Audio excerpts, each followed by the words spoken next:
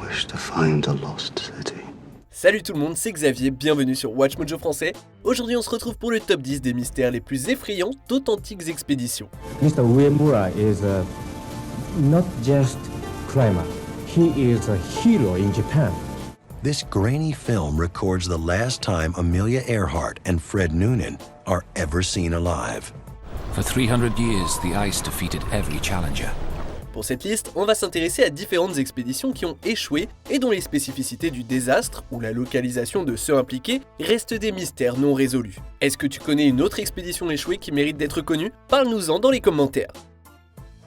Numéro 10, les Corte-Real.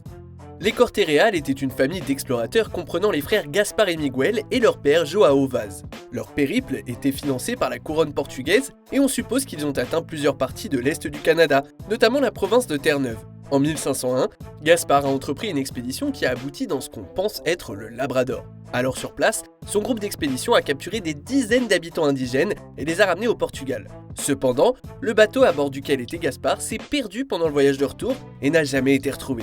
Miguel a essayé de retrouver son frangin, mais l'un des trois navires, celui sur lequel était Miguel, ne s'est pas présenté à un lieu de rendez-vous. Les deux frères Corte-Real ont été portés disparus en mer, dans la même région et dans des circonstances similaires. Numéro 9, l'expédition Vivaldi. À la façon de l'histoire précédente, celle-ci concerne deux frères, Vandino et Ugolino Vivaldi, deux explorateurs génois du XIIIe siècle. Leur expédition a quitté Gênes en mai 1291 à la recherche d'une route sur l'océan reliant l'Europe à l'Inde. A priori, l'expédition aurait navigué le long du littoral marocain et se serait rendue jusqu'à ce qu'on appelle aujourd'hui le Cap Noun. Sauf que c'est la dernière fois qu'on a vu les frangins, et ils ont en effet disparu peu de temps après. Des années plus tard, le fils d'Ugolino, Sor Leone, a essayé de retrouver son père et son oncle, en vain. Un autre navigateur, Antoniotto Usso di Mare, affirme avoir rencontré les descendants des survivants de l'expédition Vivaldi. Ces descendants ont assuré qu'un navire s'est échoué, tandis que l'autre a été capturé. Numéro 8, Naomi Uemura. Quand on imagine des expéditions ratées, on a en tête de vieilles histoires de bateaux en bois. Et c'est pas le cas pour Naomi Uemura. Mr. Uemura is not just climber, he is a hero in Japan. Cet aventurier japonais était connu pour effectuer des activités ardues totalement seul, comme atteindre le pôle Nord ou descendre toute la rivière Amazon en rafting. In Japan, he is known as the animal for the toughness he has displayed on his many adventures. En février 1984, Uemura a tenté de grimper le Denali, la plus haute montagne d'Amérique du Nord. Il aurait réussi à atteindre le sommet, mais n'a pas pu rejoindre le camp de base dans les jours suivants. Les secours ont mis du temps à agir par peur de vexer l'aventurier solo. Une grosse partie de son équipement a fini par être retrouvée à près de 5200 mètres d'altitude, sans qu'on ne retrouve aucune trace d'Uemura. Hope reluctantly gave way to doubt. 11 days after Naomi Uemura made history, the search ended. La théorie qui prévaut, c'est qu'il est tombé, s'est blessé et a été en conséquence recouvert, un peu comme enterré par la neige. Numéro 7, James Knight.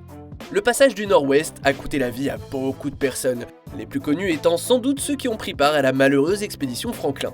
They were 25 miles off the coast, out of sight of land actually, and there was nothing around them but pack ice, just a wilderness of white, empty pack ice. Ce passage a aussi ôté la vie de James Knight, le directeur de la compagnie de la baie d'Hudson. Knight est parti avec les navires Albany et Discovery en 1719 pour localiser le passage du Nord-Ouest, mais on ne les a jamais revus. For 300 years, the ice defeated every challenger. Des recherches indiquent qu'ils se sont très probablement échoués dans des eaux peu profondes et se sont rendus jusqu'à l'île Marble, dans le Nunavut moderne, où ils ont interagi avec des Inuits locaux. On a plus tard retrouvé un petit campement sur l'île Marble avec des objets appartenant à l'Albany et au Discovery. Quant aux hommes, ils seraient apparemment morts de causes naturelles, comme la faim et les maladies. Numéro 6, George Bass et le Vénus. Bass était un Britannique qui a servi à la fois comme chirurgien marin et explorateur, connu pour ses expéditions en Australie. Fun fact, c'est l'une des toutes premières personnes à avoir fait la description du Wombat. Le 5 février 1803, Bass et son navire, le Vénus, sont partis d'Australie et n'ont jamais été revus. En 1806, 3 ans après le départ du Vénus, Bass a officiellement été déclaré mort en mer. On n'est pas sûr de ce qui est arrivé au bateau, même si on a entendu plusieurs explications saugrenues, comme par exemple que l'équipage aurait été capturé par les Espagnols et envoyé pour travailler dans des mines d'argent. Ok, c'est une belle histoire, mais il n'y a aucune preuve qu'il étaye néanmoins. Il est fort probable qu'ils aient coulé en mer, mais même ça n'a jamais été confirmé. Numéro 5, Ludwig Leichhardt. Un autre explorateur de l'Australie célèbre, c'est l'allemand Ludwig Leichhardt. Leichhardt a d'abord exploré le nord et l'Australie centrale, sa première expédition allant jusqu'à Brisbane pour sa limite sud. En 1848, Leichhardt a entamé son voyage sur la rivière Condamine dans l'espoir de rejoindre la rivière Swan. L'expédition a été vue pour la dernière fois le 3 avril 1848 à Darling Downs. Malgré de nombreux groupes de recherche, très peu de traces de l'expédition ont été retrouvées, à part quelques gravures sur des arbres, une petite assiette en cuivre et quelques artefacts retrouvés chez les aborigènes, bien que leur lien à Leichhardt soit de l'ordre de la spéculation. On pense que l'expédition a soit péri de causes naturelles dans le grand désert de sable, soit a été capturée par les locaux. Numéro 4, l'expédition de la Pérouse. Le comte de la Pérouse était un officier de la marine française, personnellement nommé par Louis XVI pour mener une expédition scientifique autour du monde à la fin du XVIIIe siècle. Les objectifs étaient nombreux, terminer des cartes incomplètes, établir des accords commerciaux, découvrir de nouvelles routes maritimes. Ils ont mis les voiles en 1785 et l'expédition a disparu en 1788 après une escale en Australie. On dit que Louis XVI a demandé des nouvelles de la Pérouse le matin même de son exécution. Il aura fallu attendre de nombreuses décennies avant d'avoir quelques petites réponses. Apparemment, après être partis, les navires se seraient échoués sur le récif corallien de Vanikoro et on dit que la grande majorité des survivants ont été massacrés par les populations locales. Les survivants du massacre ont mis les voiles vers l'ouest, mais leur sort reste un mystère. Numéro 3, Percy Fawcett. I wish to find a lost city.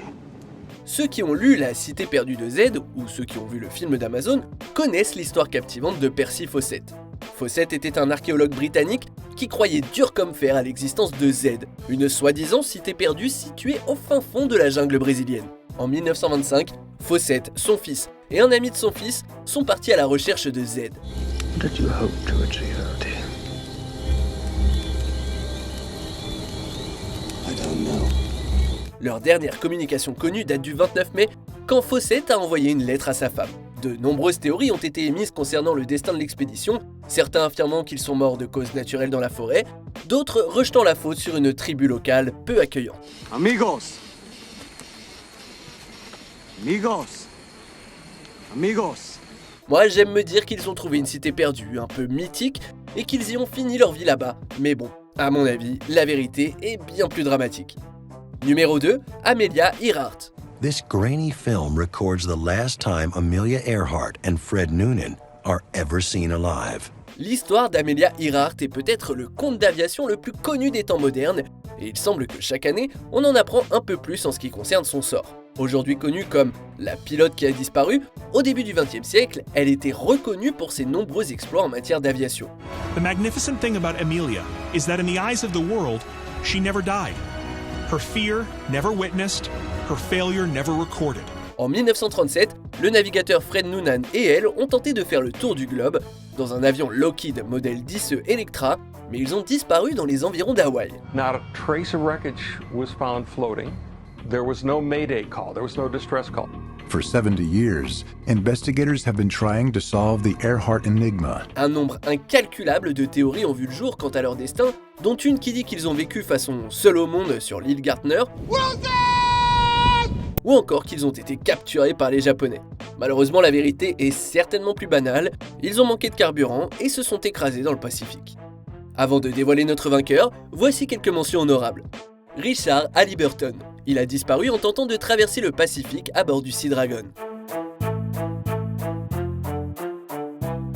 Daniel Houghton, il est certainement mort de faim dans le Sahara et son cadavre a été nettoyé par des charognards. Abou Bakri II, le 9e Mansa de l'Empire malien, a abdiqué pour pouvoir explorer les océans.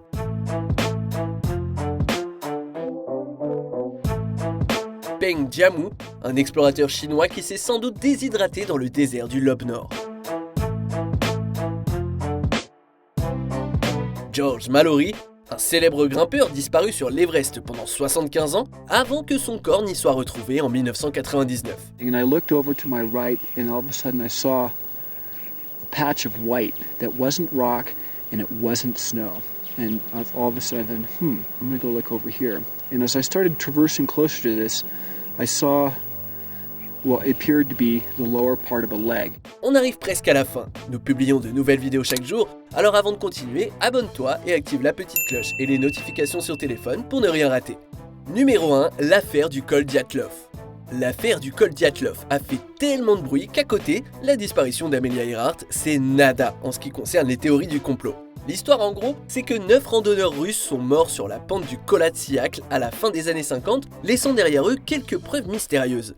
This is the last photo taken by the hikers before they died. It's out of focus, but it seems to show mysterious lights in the sky. Ils auraient apparemment fui leur tente dans un mouvement de panique et leurs corps ont montré des signes de traumatisme. Il y a de quoi en faire une histoire palpitante, mais comme pour Earhart, la vérité autour de leur décès est sans doute plus que banale. The evidence here is both extensive yet maddeningly incomplete.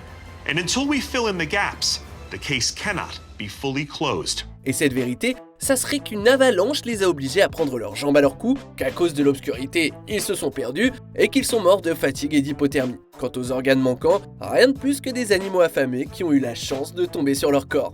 À moins que ce ne soit des aliens. Extraterrestrial life. You're right, Jerry. The people are gonna love it.